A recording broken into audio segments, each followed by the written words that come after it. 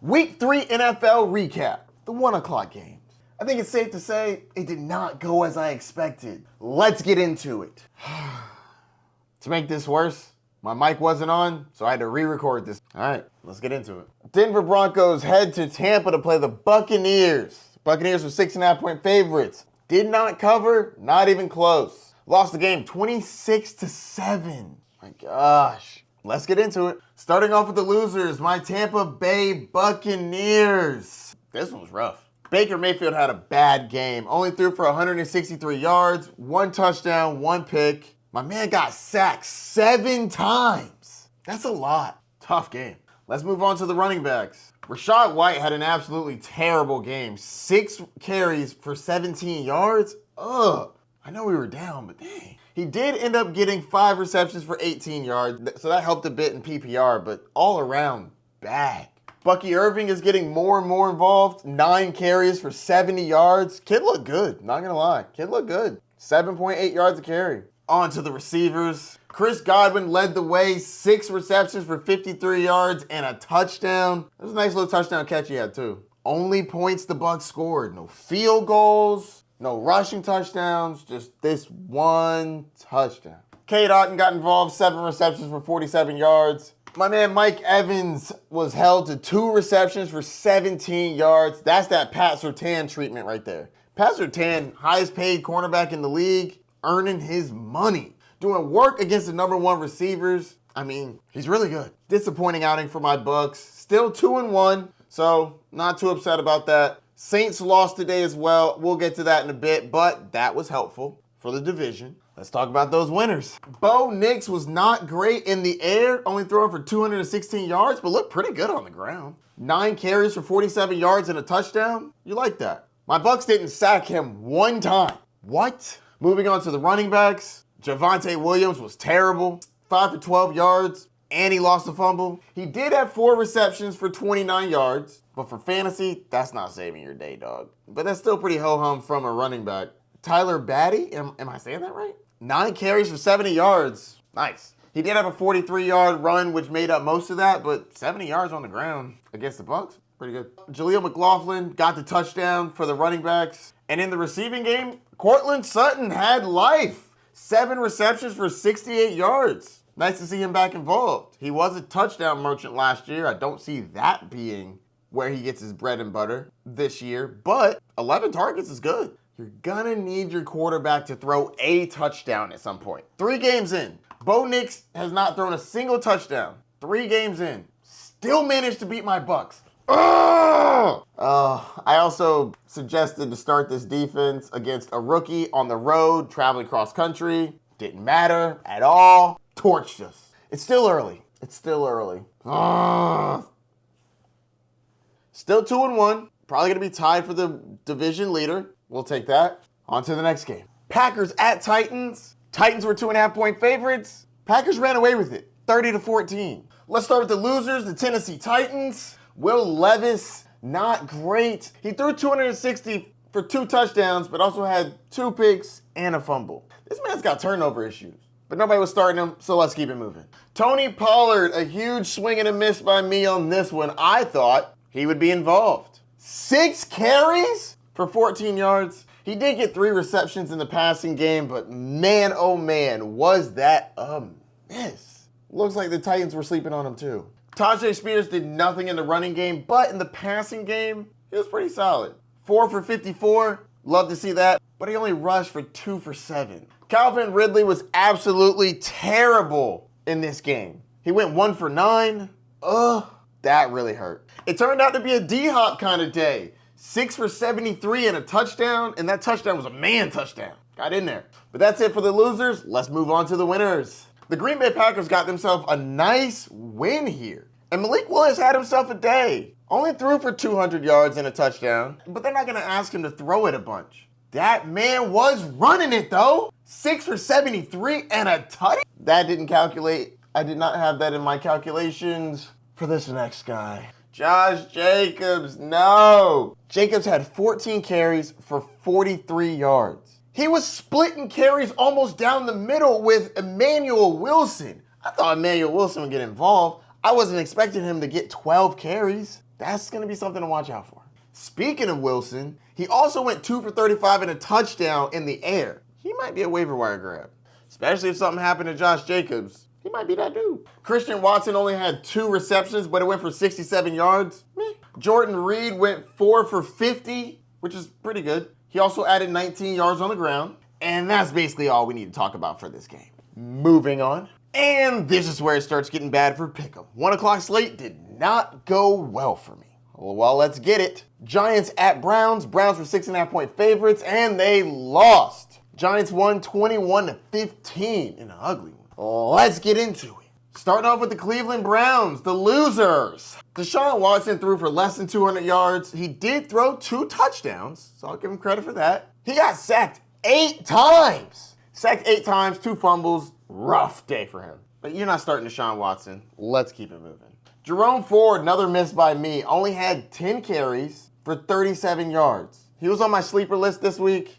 Currently sitting at running back 20 with 10 points. Double digits is okay for a sleeper, but I expected more. But to be frank, I expected the Browns winning and running the clock out. That is not how the game went. Browns were gifted a fumble at the beginning of the game, turned it into a touchdown. And after that, they didn't score until the fourth quarter. Like at all, till the fourth quarter. So yeah, there wasn't running out clock. They were behind, trying to catch up. Ford did get involved in the receiving game, 3 for 33. That quasi-saved his fantasy day. Double-digit fantasy points. Whatever. Moving on to the receivers. Welcome back, Amari Cooper. 7 receptions for 86 yards and 2 touchdowns. The volume's been there. He's just been dropping the ball. Played pretty well in this one. 2 tutties. That'll do it. That's going to be enough for the Browns. Moving on to the winners. Surprisingly. The New York Giants. Daniel Jones is currently quarterback 8 on the week. 236 yards, 2 touchdowns. One was a beautiful toe tap, but I'll get to that in a minute. As for the running back, Devin Singletary did work. 16 carries for 65 yards and a touchdown. Could have had 2, but he slid at the end to ice the game. Also added 4 receptions for 43 yards. Pretty good. Over to the receivers. Malik Neighbors is gonna be a problem. Homie went 8 for 78 and 2 touchdowns and looked good doing it. That toe tap for the first touchdown was chef's kiss. Beautiful. Against the Browns defense, very impressive. I also want to give a shout out to Wan'Dale Robinson, 7 receptions for 61 yards. He probably needs to get picked up. It's the second time this year he's had 8 or more targets. That's nice. More of a flyer for deeper leagues, but Wan'Dale Robinson seems like he might be a thing. They did deal with some fumbles in this game. Both Devin Singletary and Eric Gray fumbled. Still won it though, 21-15. Good job. Chargers at Steelers. The Steelers were 2.5-point favorites, and they definitely covered. They win 20-10. That was a miss. Let's talk about it. Starting off with the losers, the LA Chargers. And they lost more than just this game. Justin Herbert came into the game banged up and left early due to an injury to his foot. I'm hearing it's a high ankle sprain. The sack didn't look too bad, but he came into the game with some injuries to his foot. I believe it was plantar fasciitis. No bueno. He's currently in a boot. Not a good sign. Heal up, Justin. You probably weren't starting him in fantasy unless you're in like a dynasty league, but still, tough. Running backs didn't have a good game either. Gus Edwards, 3 for 9. Gross. Previously, he'd been getting like 18 carries a game. My man got 3. J.K. Dobbins got 15, but he only turned that into 44 yards. This was a tough game all around for pretty much everybody on the Chargers except for Quentin Johnston. Does it again. He only had 2 targets in this game, but he turned the 2 targets into 2 for 44 and a touchdown. It's pretty open on that touchdown. Ladd McConkey only went for 3 for 44. That's about all I need to talk about for this team. Moving on to the winners. The Pittsburgh Steelers do it again. 3-0 with Justin Fields. Wild. Justin Fields threw for 245 yards and a touchdown. He did have a pick, but he also had another touchdown on the ground. Didn't get a lot done with his legs. 6 carries for 6 yards, but he did get that touchdown. And that pick was a ball that got popped up and intercepted. That wasn't as bad as some of the other interceptions we've had. Najee Harris is still the guy on this team getting the running back work. 18 carries for 70 yards. That seems to be a trend. He also got some work in the air. 5 receptions for 16 yards. Love the 5 receptions. That helps in PPR. Calvin Austin did work. 4 receptions for 95 yards and a deep touchdown for 55 yards. George Pickens had an okay day, 5 receptions for 57 yards. I don't know if Jaylen Warren is still recovering from that injury, but he is not getting it done. 3 for 5 and 1 reception for -4 yards. Ugh, that's about enough for this game. Congrats to the Steelers, though. 3-0 is nice. That's a tough division, and you're leading it. Mazel tov. Moving on. Eagles at Saints. Saints are 2.5-point favorites. Eagles win it by 3. Let's get into it. Y'all know how we do. Let's start off with the losers. The New Orleans Saints lose at home. Derek Carr turned back into a pumpkin. 142 yards, 1 touchdown, 1 pick. Yikes. I know a lot of y'all started Derek Carr this week. That was a tough letdown. This is supposed to be a much higher scoring game, and it was not. It was one of the highest over-unders on the week. Didn't even get to 30. Alvin Kamara did his thing as usual. 26 carries for 87 yards. Nice. He also got some work done in the air. 3 receptions, 40 yards. You're happy with that? I had Chris Olave on my love list this week, and I'd say he came through. 6 receptions for 86 yards and a touchdown. Yes, please. He needed one of these breakout games. The yardage was similar to last week, but the touchdown just makes it feel a little better. You know what I'm saying? That's it for the Saints. Let's move to the Eagles. The Eagles are so depleted. A.J. Brown out in this game.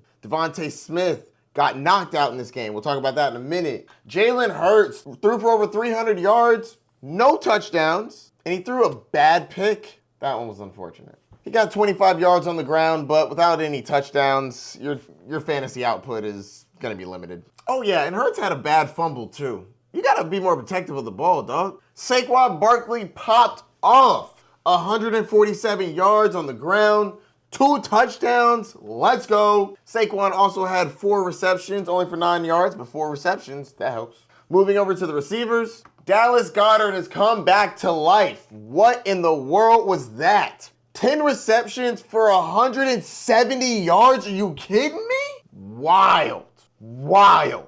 I just happened to be playing against him this week, and it has been tough. Mike's the way to pull it through, but it's not looking good at the moment. Devonta Smith was also on my love list this week. He had 7 receptions for 79 yards. He ended up getting knocked out of this game on a hit that shouldn't have happened. I don't, like, he was going down. I'm not quite sure why he was getting hit from the opposite direction he was going down. He left with the concussion. Not sure if he's going to play next week. Concussions are non-linear, so we don't know, but I'll keep my ear to the ground and let you know when we find out. 7 for 79 is solid for the love list, considering he got knocked out of the game. Almost had a touchdown, too. I mean, I take a dub on that one, but I don't think I take an L. 14.9 points in PPR and getting knocked out of the game. Pretty solid. Get well soon, Devonta. I was sad when he took that hit, man. He's a small guy. He's not a big dude. Helmet came off and everything. Get better soon, bro. Not even just for fantasy, just want you to be healthy, my dog. But yeah, Eagles take the dub. What do you think about these videos where I talk about the game and different breakdowns? Are there other topics you'd like to hear me talk about? I got a lot going on up here. I want to see the best way to get this to you, the people. So let me know down in the comments. Got a lot more videos coming this week. Don't forget to like, subscribe, and the notification bell down below. And I'll see you soon. Peace.